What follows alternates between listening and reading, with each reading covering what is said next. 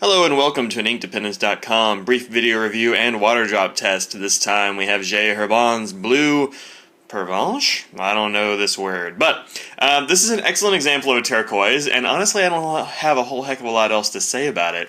It always works well. I didn't have any problem with it giving me hard starts or skipping or any of that nonsense. There's a little bit of bad behavior, but nothing really to write home about. It's got a little bit of a ghosting, a little bit of feathering on copy paper type stuff, but no big deal. There's a little bit of shading in this ink. You'll see some here on Rhodia, you'll see some every once in a while, you'll see some on the copy paper type stuff. You know, medium saturation, well behaved, ready to go.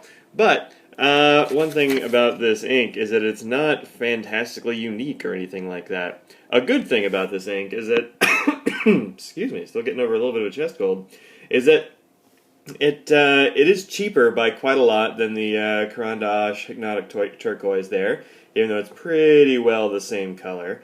And it might be actually a bit cheaper than the Schaefer Turquoise, although I don't remember off the top of my head what Schaefer Turquoise goes for in a bottle.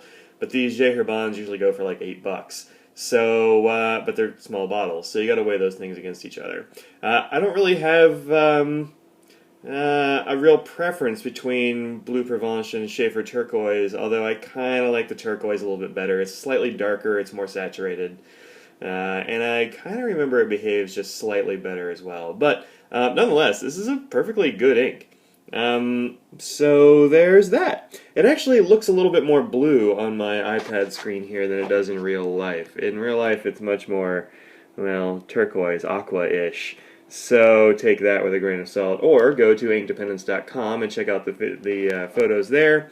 They'll be much more color correct than this video stuff. Alright, let's see how it does with water. Here it comes.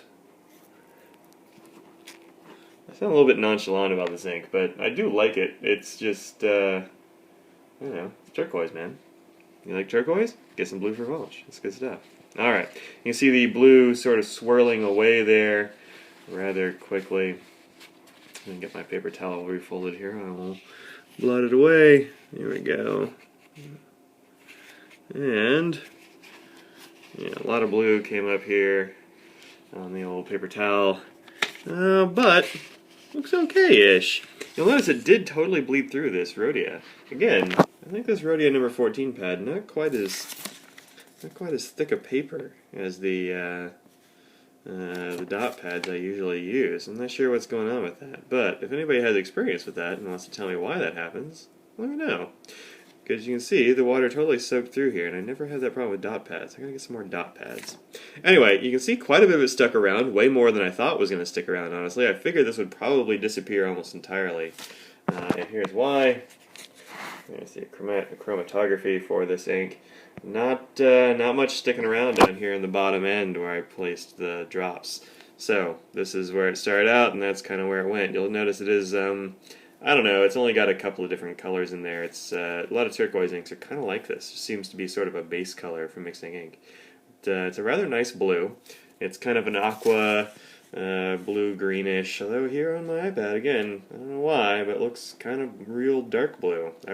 I like that color too. But nonetheless, looks kind of aqua, so expect more of a turquoisey aqua color. Alright, so there you go. That's Herbin's Bleu Pervenche.